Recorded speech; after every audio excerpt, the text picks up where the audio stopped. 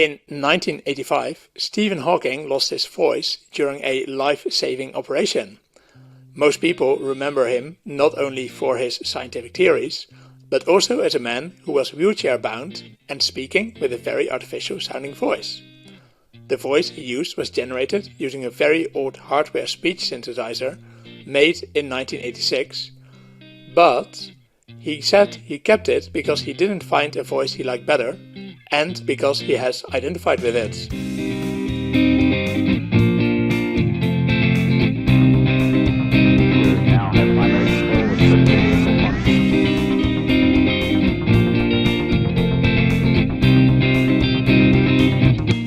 Welcome everybody to Generally AI, an InfoQ podcast. This is episode number 2, where today I, Roland Mertens, will be diving deep into a topic with Anthony Elford, and we are diving into the world of synthetic sounds. And we are going to discuss artificial music, like synthetic music, and artificially generated voices. And maybe at the end, the artificial voices can sing over the generated music.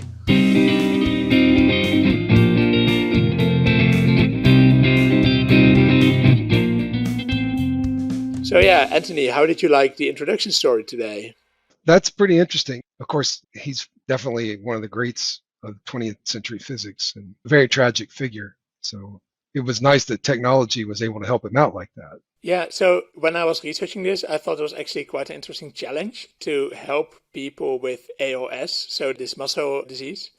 And apparently in 1997, Gordon Moore, the co-founder of Intel, he met Stephen Hawking at a conference, and he knew that he was talking using an AMD processor, and basically he offered him a real computer, and Stephen Hawking couldn't say no to that. Haha. So apparently since then they replaced his computer every 2 years, and at some point his disease got so bad that he only managed like 1 or 2 words per minute. So he sent a letter to Moore to ask for help, and apparently Intel got a team together to help him. So it's quite interesting to read through what they all tried. And apparently in the end he was using a SwiftKey keyboard, which I also love using. Can you describe that? I'm not familiar with it. Okay, so SwiftKey is an app which is currently owned by Microsoft. It used to be like a small startup in London. And it is extremely good at predicting what word you want to type and what word you want to type next. So it also adapts based on where you are typing on your screen for what letter.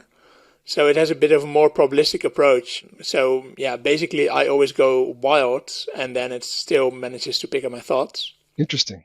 The last fun fact I have, by the way, is that the speech synthesizer was called Cortex 5010, and it was actually based on the voice of Dennis Klatt, who made it. So this guy he was inventing multiple voices, among which the voice which would eventually become the voice Stephen Hawking was known for using, which he called Perfect Paul. And apparently Dennis Klatt, who invented this voice, died in 1988 after a long struggle with cancer, which also took away his voice.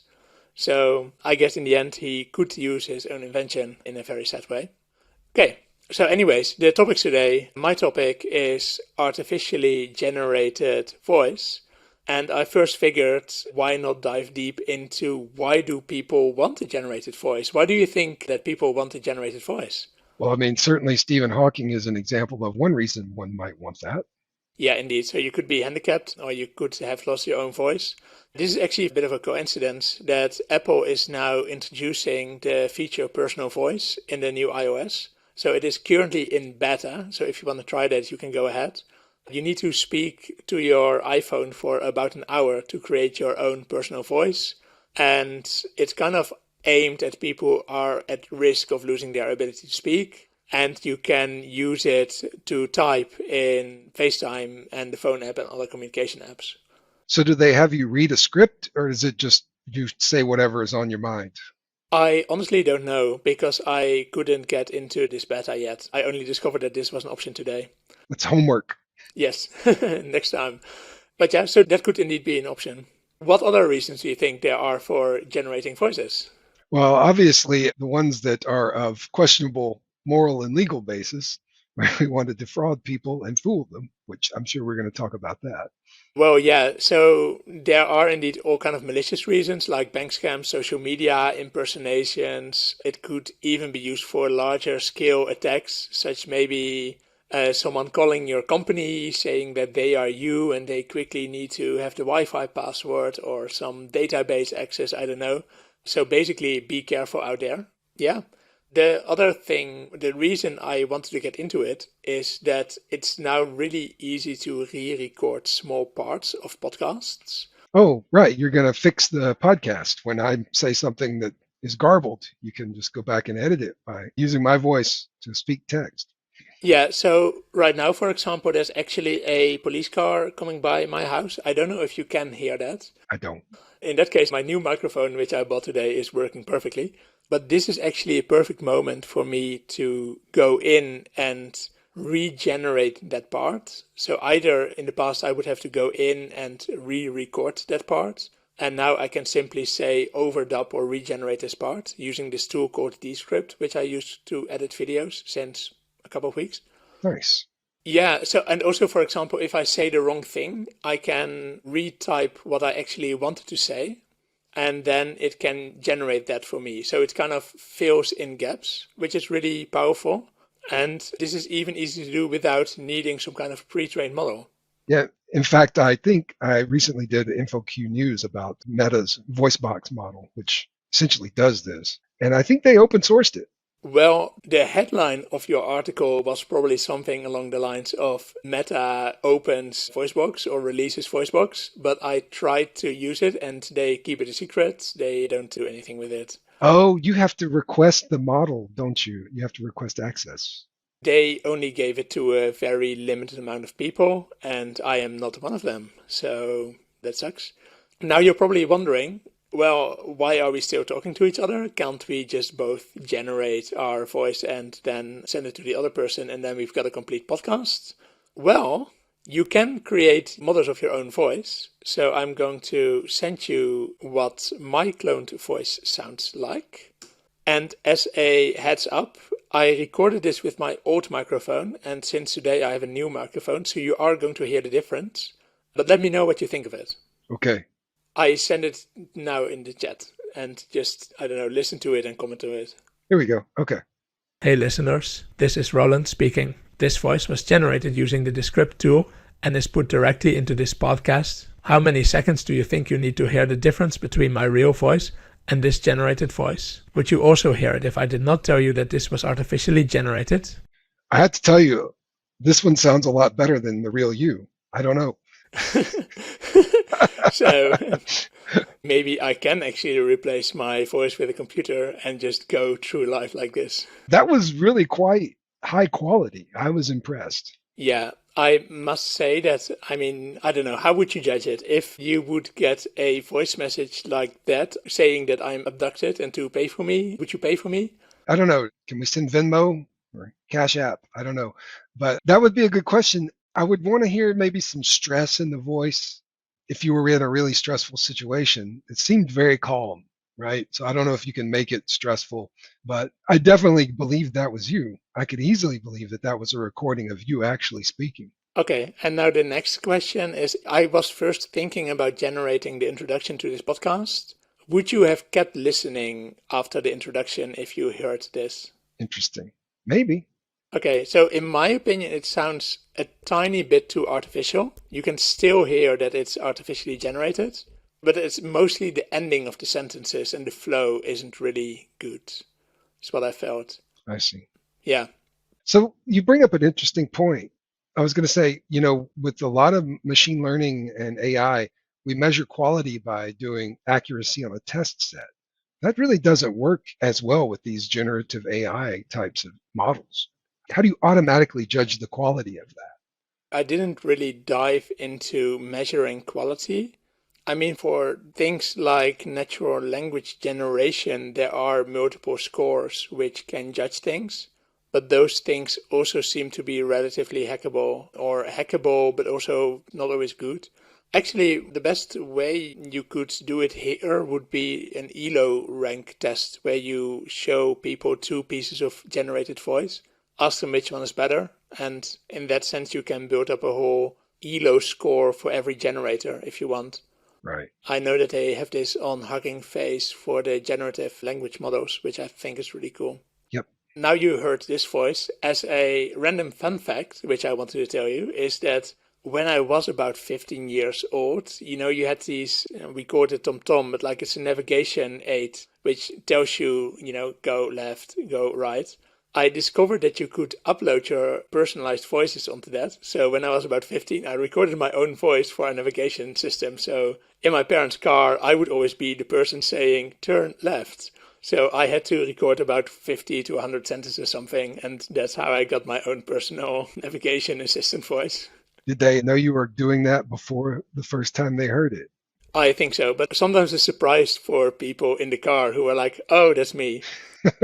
Also, of course, while I went through puberty, my actual voice kept changing from the navigation device.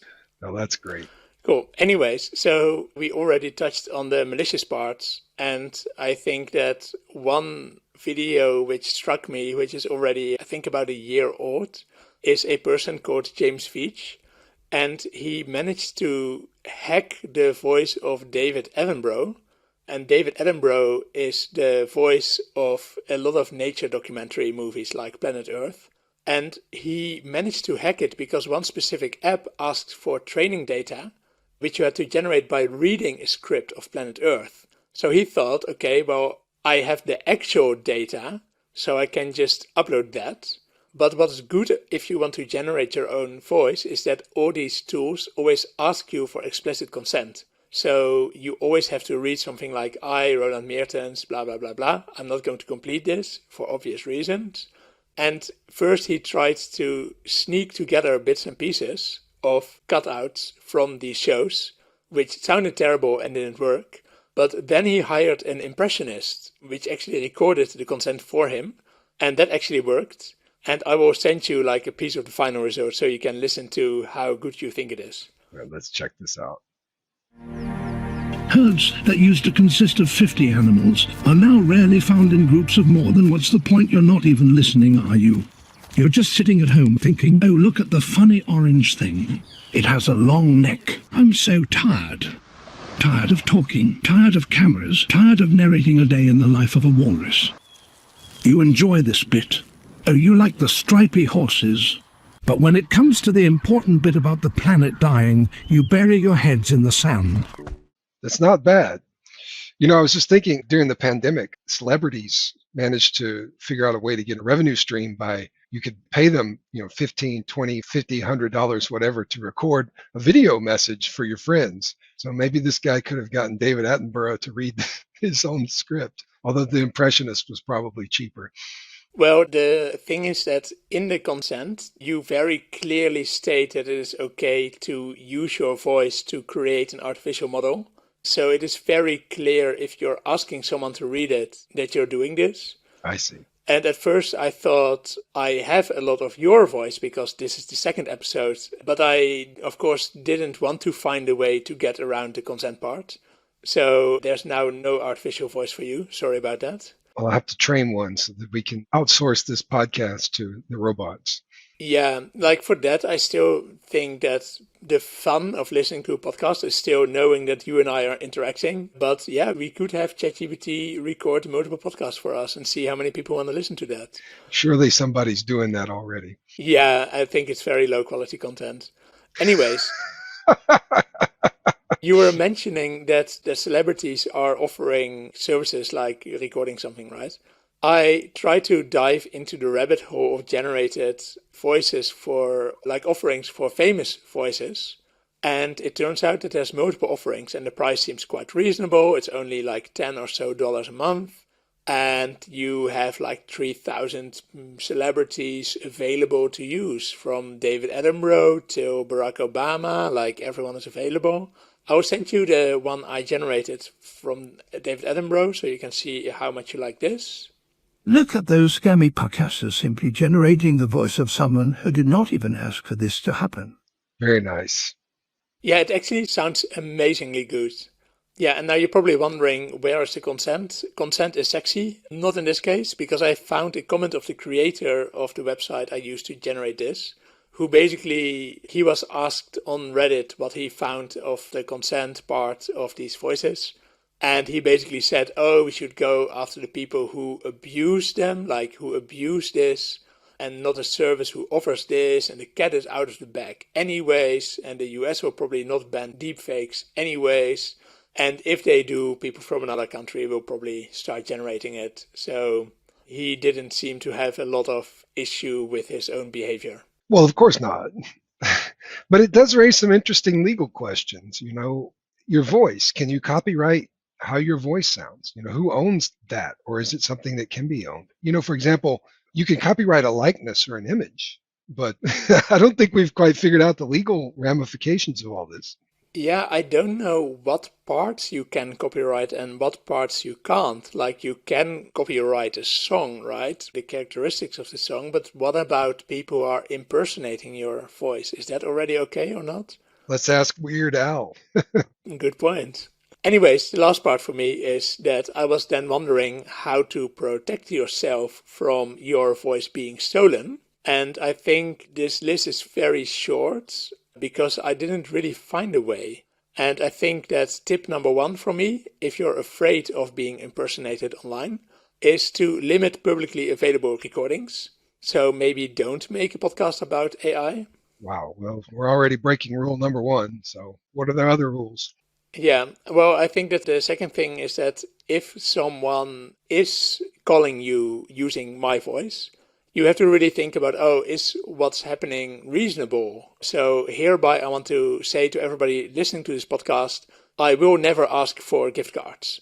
Please don't buy gift cards if I ask for it. If I tell you to go to the store and pour your savings into gift cards, it was not me, okay? So I think that's something for, if you are hearing a voice, you should think about, is what's happening okay? And then if you get a call and I am asking for gift cards, now is a good moment to verify the personal relationship with the person you're interacting with by asking questions only that person can know. And actually my mom did that when I got a new phone number and I sent her my new number, and she actually started asking me personal questions because she thought that maybe I was a hacker. So my mom is already ready for this century. I was going to say, that's great that your mom is that savvy. Yeah, that is really good. But since this is a very common scam, I think we will see more of this in the future with AI-generated voices, unfortunately. And the last tip is that if there is something very urgent, maybe try to meet in person or meet using a webcam. And I guess the last tip is something we will come back from, when in the future everybody can just generate an image of a face on a webcam whenever you want. Yeah, right. So yeah, those were my tips for protecting yourself. Very good tips. And that's the end of generating voices. Any questions? No, that was really good. In a lot of ways, it's scary, but it's also kind of cool. People are making some pretty funny videos with the celebrity impersonations. I think as long as it's used in good fun and for good, then it's a good thing. But that's everything, isn't it? Yeah, as long as it is used for entertainment value and for people who are losing their voice, like Stephen Hawking or like the new thing in Apple, it's great. And as I said, I really like it for podcasts because I can actually now correct 1 or 2 words which I misspelled, I don't know. So there are definitely good use cases. But yeah, there are definitely malicious use cases as well. So I figured I would cover both sides of the coin here.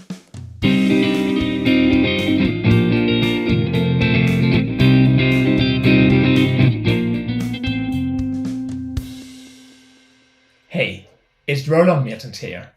I wanted to tell you about QCon London 2024. It is QCon's flagship international software development conference that takes place in the heart of London next April 8 to 10. I will be there, learning about senior practitioners' experiences and exploring their points of view on emerging trends and best practices across topics like software architecture, generative AI, platform engineering, observability, and secure software supply chains.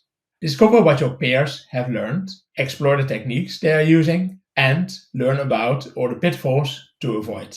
Learn more at qconlondon.com, and we really hope to see you there. Please say hi to me when you are.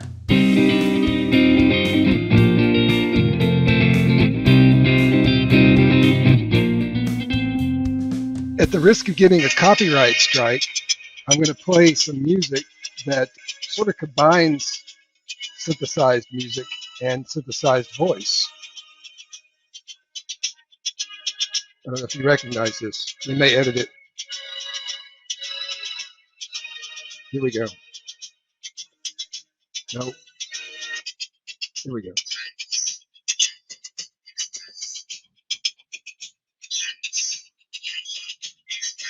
So that's a song by the German group Kraftwerk. I don't know, check my pronunciation on that. But they were pretty famous for, synthesizers. Plus, they used a vocoder or, a speech synthesizer for a lot of the vocals. So sort of a nice little combination of the two topics there. So what I wanted to start with, we're talking about synthesized voice. Now we're going to start talking about synthesized music. If you think about how the speech synthesis works, text to speech, you have the text that you want it to say. It's just like typed out in a file, maybe, or in a text box. And then the speech synthesis module says it. Music is very similar. We've literally had music synthesizers for a very long time. Let's listen to a famous one from the 80s here. See if I can pull this up. Can you hear that? I can hear that. Do you recognize what that is? I don't recognize what it is. Roland? Do you know what that is, Roland? I actually went to the Roland store here in London twice today because I needed a cable and wanted to check out their really cool gear. Which one is it? Which synthesizer is it? That's the 808. That's the classic 1980s original drum machine used by, a lot of hip hop acts in the 80s, including Africa Bambaataa, who also sampled the Kraftwerk song that we started out with. So I'm just pulling together all kinds of threads.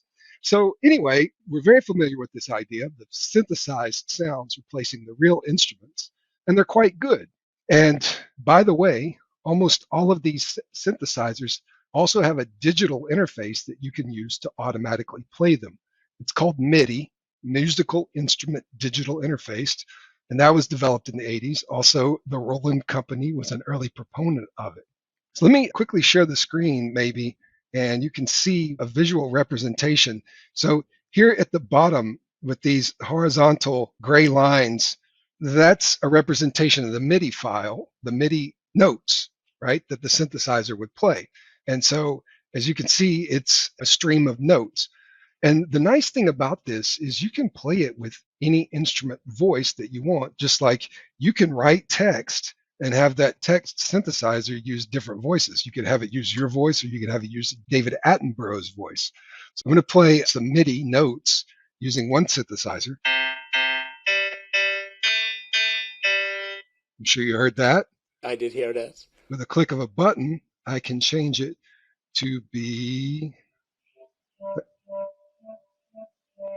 Let's go back. Try.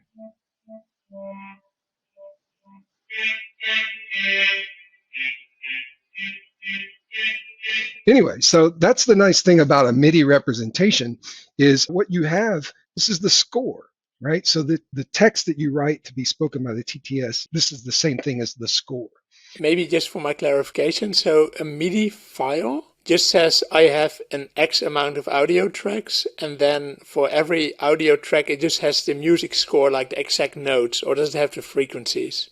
Yeah, it's the note in terms of C, D, E, A, B, C, that kind of things in a scale. Yeah, like C2, C3 in terms of height. Exactly, right. Okay. Yeah, and it actually consists of a note on and a note off and the velocity or volume that you hit it at. So just as you might use ChatGPT to write your text for you and then go send that to TTS and then just have a complete robot podcast, people have been trying to do the same thing with the score. You could have a generative AI model output that score and then pass that to a synthesizer using MIDI. And you can imagine score generation has been tried using many of the same techniques used for text generation in language models. They're very similar, right? It's a sequence of discrete things, just like a sentence is a sequence of words, and the score is a sequence of notes. So in the 1950s, for example, people were using Markov models to generate simple melodies. Yeah.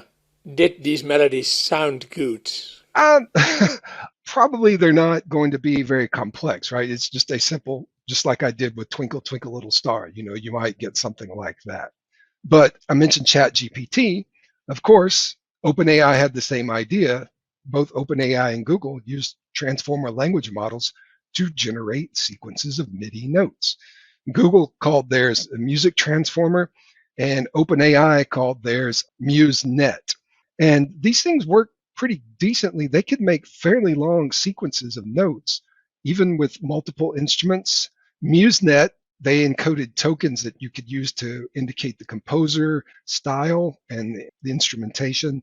MuseNet actually had a demo that was a little advanced, but right now it's very simple, where you can do things like play Lady Gaga's Poker Face in the style of Chopin. So the way these things work is they're completion models, just like we talked about with language models. You give it a sequence of input and it predicts the next things to come. These work the same way. You give it a sequence of notes and it predicts the next notes that it should play. Is it then predicting the tokens for a MIDI file? Yes, exactly. And is that then a synthesizer behind it, or is it predicting something else? Just the MIDI notes itself. And so that's got some pluses and minuses. So if I'm a composer or a music producer, that's probably the solution that I want, to generate MIDI, because I have a whole set of tools to deal with that. And then I can tweak it with those tools. I can have it performed with whatever virtual instruments I might like, whether I want it to be virtual strings or if I want it to be brass, guitar, etc. So we could think of that as similar to how, as maybe if I'm a writer, I might want ChatGPT to help me compose some text. But if we think about ChatGPT, it is trained on a massive corpus of text, because we humans are generating text the entire day. Right. But we humans are not generating MIDI files the entire day, right? That's right. Where did they get the training data from? So they actually did get a set of training data that's based on, let's see, so OpenAI has a whole webpage on it, but yes, they created a training data set from many different sources. They essentially had collections of MIDI files. Okay. They trained it on that. So they actually do have a large collection of training data as MIDI files. Yes, exactly. Okay, interesting. Yeah. Now, as a composer or a music producer, I might like something that can generate MIDI. But if I'm not a composer, maybe if I'm just someone who wants to listen to interesting new music that's similar to something that I know I already like, I may not want MIDI, because maybe I don't have a good device to play MIDI, or I don't care about the MIDI. And so the other generative AI, besides ChatGPT and those kinds of models that we're using a lot today, are the image generation models. And most of those are based on diffusion. And so you'll not be surprised to find out that people tried that too. Google did that. They did a model called noise to music, where it takes audio noise and then progressively denoises it. And you can guide those with a text prompt. I really enjoy the name Noise to Music. That is so absolutely perfect that the person who gave that name should just get promoted no matter what. I mean, it's the opposite of the old person. Like, this music is just noise. But anyway, now the other thing, you remember how we talked about the MIDI I showed you on the screen? It's 2D, right? You've got pitch on the y-axis and time on the x-axis. It's an image. And so you may wonder, well, could we generate images that represent sound? And the answer is yes. The common way to represent sound with an image is something called a spectrogram, where the y-axis is the frequency. That's calculated using a Fourier transform, and the x-axis is time. So some smart guys, they took a stable diffusion model, so that's the image generator, and they fine-tuned it on images of spectrograms, and that spectrograms were sound, and they also had text descriptions of that sound. So now you can give it a prompt and say, play me a reggae song, and it generates spectrograms, and then you just decode that into sound. Because it's based on stable diffusion, it does the stuff that stable diffusion does. It supports image to image, so you can actually give it a sound clip and tell the AI to modify it. You say, take this sound clip, but add piano. And there's a demo site, which we'll look at in a minute. It doesn't let you do that. It does have some pre-configured seeds instead of letting you upload, but it will infinitely generate music based on your prompt. Okay, but so is the AI basically thinking, oh, you want this Mozart song, but then a dubstep version? Oh, in dubstep, there's always like the Yeah. That must have sounded terrible to whoever was listening. Right. So they've taken Mozart, they've taken dubstep, and they've created spectrograms of those and used those images to fine tune the stable diffusion. And did someone then tag a lot of these short audio clips with, in this song you hear dubstep in the style of Skrillex, this is a song by Mozart played on a piano and a violin? Yeah, I think the way it works is just like with stable diffusion and clip, where you train a thing that maps sound and text to the same embedding space. And then you can combine them by doing vector math. Okay. Yeah, so that was last year. This year, now on InfoQ, we've recently covered two new techniques for generating music down at the audio level. So these image ones, the diffusion ones, they're also at the audio level. But these are similar to the autoregressive language models, but instead of outputting text tokens, they output audio tokens. You may have come across this idea in your speech synthesis research. But of course, again, the two players here are Google and Meta. So I've got 3 demos. I'm going to use the Riff Fusion, which is the stable diffusion variant. We've got Meta's Music Gen, which you can find on Hugging Face.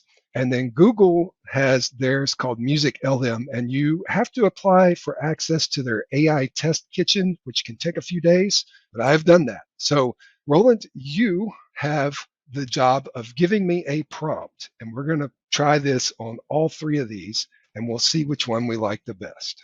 All right. So what if I want a blues riff in the style of Mozart? Okay, so I'm going to type blues riff in the style of Mozart. I'm going to kick it off on the Meta one because that takes up to a minute to generate. Let's ask you specifically for a 12-bar blues to see if it can sustain, like, we can simply count to 12 and see if it got it correct. Oh, see, already, I got to start over. Well, we can try this. I'm going to say 12-bar blues riff in the style of Mozart. So I'm going to kick that off on Meta, and I'm going to kick that off on Google. Now, there's a couple of differences. The Meta one actually does the sound-to-sound transfer, but it only generates clips that are 12 seconds long. Then it has 1 bar per second. Okay, the Google says I can't generate audio for that. That's interesting. Oh, did we hit the security? I don't know. Let me try this. Did we hit the safety switch? Maybe I need to relog in. That's weird. All right, well, give me a different one. Okay, how about a new song by Lady Gaga? But then I want the song to be a polka song. New polka song by Lady Gaga. Okay, a new polka song by Lady Gaga. It can't generate audio for that. That's weird. You would say that even Mozart isn't copyrighted anymore. I don't know. So it says try something like soothing instrumental music to help me focus, tunes to listen to on a bumpy train ride. Okay, well, I want some lo-fi blues, the lo-fi 12-bar blues. Lo-fi 12-bar blues. Let's see what that gives us. Okay, that's crunching. So we'll also put that in the Meta. Maybe you just can't do artists anymore. Maybe they started protecting. I guess so. Can you hear?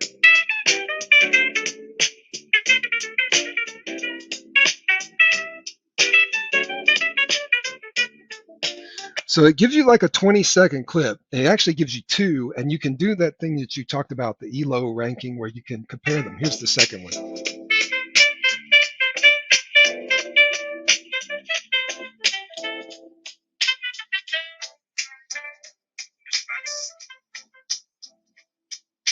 Which one's better?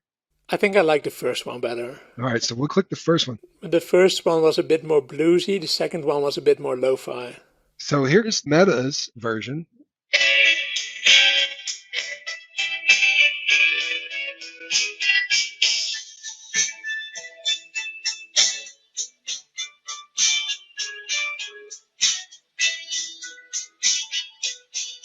That's all we get.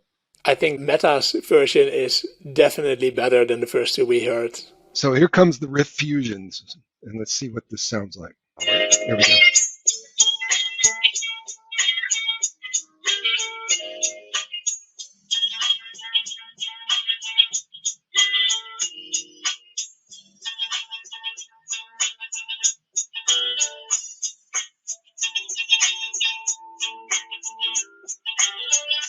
I'm going to stop it because it will, in theory, generate for indefinitely. Was it just me, or did that sound pretty terrible, by the way? Yeah, it did. I noticed with all of these, there's very much like a digitized kind of noise sound to it, like a hiss, a very high-end kind of hiss that I've noticed. But yeah, I think I agree with you that the Meta one was pretty neat Yeah, I would actually listen to that. for 10 seconds or 15 seconds at least. No, definitely. Like, if the Meta computer was playing in a bar, I would not mind. And so that's the interesting thing here, right? So is that what we're going to get, instead of, for ambient music? Could we maybe see that in coffee shops or something? I don't know. Yeah, I genuinely mean it if I say that if the Meta song we just heard was playing in a bar, I would absolutely feel right at home, listen to it, had no issues with it whatsoever. Would you tip the robot? You are living in America where people have to tip the robots. You got to tip everybody. You tip everybody, but that's why you employ humans, because they work for free, unlike the robots. A lot of musicians work just for tips. Yeah, I must say that lately I have been going a couple of times to those open mic jam sessions where you as a musician bring an instrument and you can join. And somehow I still have to pay to enter the bar. So somehow as a musician I'm earning a negative income. Well, Yeah, that's the life of a musician. that's why we're in the software business, Roland. Yeah, indeed. We won't be replaced by robots. One idea I had is how fast are these tools generating things? So far they seemed quite fast, right? Yeah, so the Google one was pretty quick. As soon as I put it in, it generated pretty quickly. The one from Meta, it's hosted on Hugging Face, and so they're taking their sweet time. This Riff Fusion one, it's just kind of streaming, and I think it's fairly easy to do. I imagine a lot of it's done in the browser. So these stable diffusion models, they don't have any grammar rules like music theory, what notes are in what key, it's just from nothing, everything. Yeah, right. It's very good. Yeah, well, so one thing I was wondering, one idea I have, or which would be cool, or what I'm wondering is the adoption rate of this music. Like, is there a market for it, and what can artists creatively do with it? And for that, I was just wondering, like, for example, the drum machine you started with, the Roland drum machine, can drum machines already adapt themselves based on what you're playing? I don't know. A couple of these generation things that I looked at are trying to match other tracks, right? So create a drum track that goes along with the rest of this song. Those are definitely an application for those kinds of things. And people are selling plugins to digital audio workstations. So, for example, if you've got Pro Tools or Ableton Live, you can get a plugin that will generate drum tracks or generate melodies or something like that.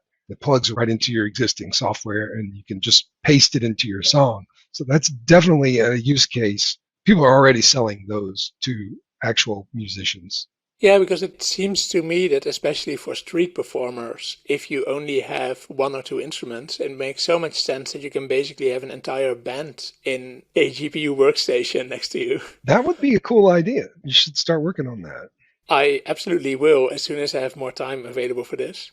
One thing I also discovered talking about GarageBand earlier and talking about generating drums, I noticed that in GarageBand, if you want a drum beat, you can actually select multiple kind of personalities for your drum beat, and you can say which instruments, like what parts of the drum kit they are allowed to use.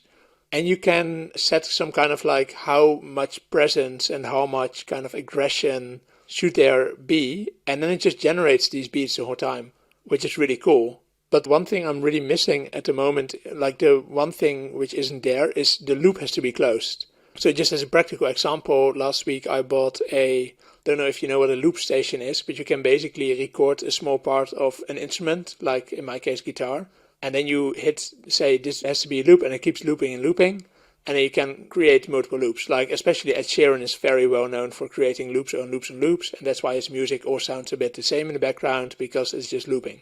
And you can have drum kits which augment these loops.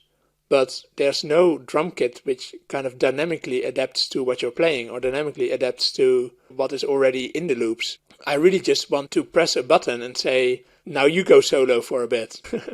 Or like, please make a beat for what I just played. Or even adaptive, like predicting. You always know kind of as a musician when the end of the song is, why can't the drum beat slow down then and do like a nice final riff? Like, when are we closing the loop? How does this work? Open research problems. Somebody can get a PhD for that. Yeah, or if Ed Sheeran is listening, please make this. We need this. Do you have anything else? That is all my content. So I'm slowing down or fading out here toward the end of the song. Perfect. The last question then to end on a nice final riff is, what did we learn today? What are the take-home messages for the listener? I learned not to create podcasts, to keep people from stealing my voice. It's crazy. It's like a trope in movies that don't take my picture. I don't want you to steal my soul, but that's almost where we are. Yeah, and especially because there's no way, like, I can start talking with a very high voice and then nobody can steal it anymore. But like, you always have an identity for your voice, so this is not possible. The one thing I learned is that I think that especially the meta music you showed sounded way better than I expected the state of the art of music to be. And I'm also very impressed that OpenAI managed to scrape a lot of MIDI files and just treat it as a normal predict the next token problem, which I'm very happy with about learning. Yep.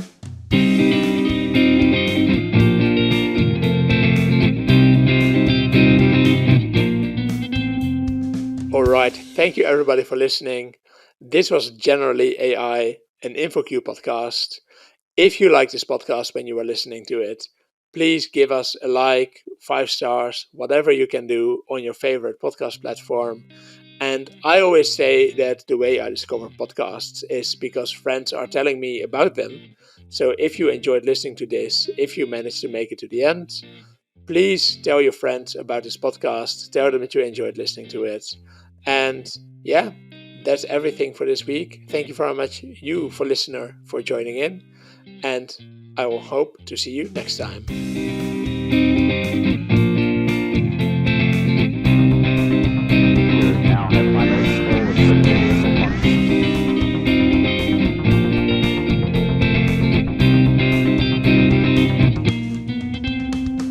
I guess, the robot musician is not going to wind up with a bigger bar tab than he makes from the gig. Yeah.